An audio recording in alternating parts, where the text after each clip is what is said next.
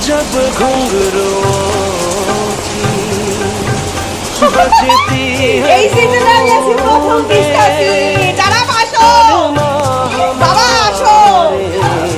কাম पलके আসো না প্লিজ কই তোমার সিজনটি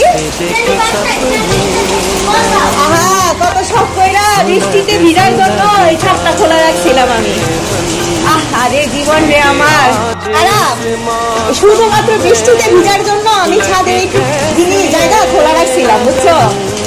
নাহলে এই ছাদও আটকায় ফেলানো হইতো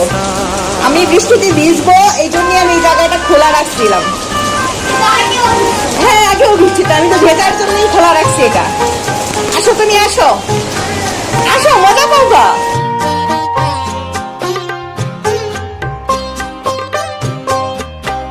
महफिल में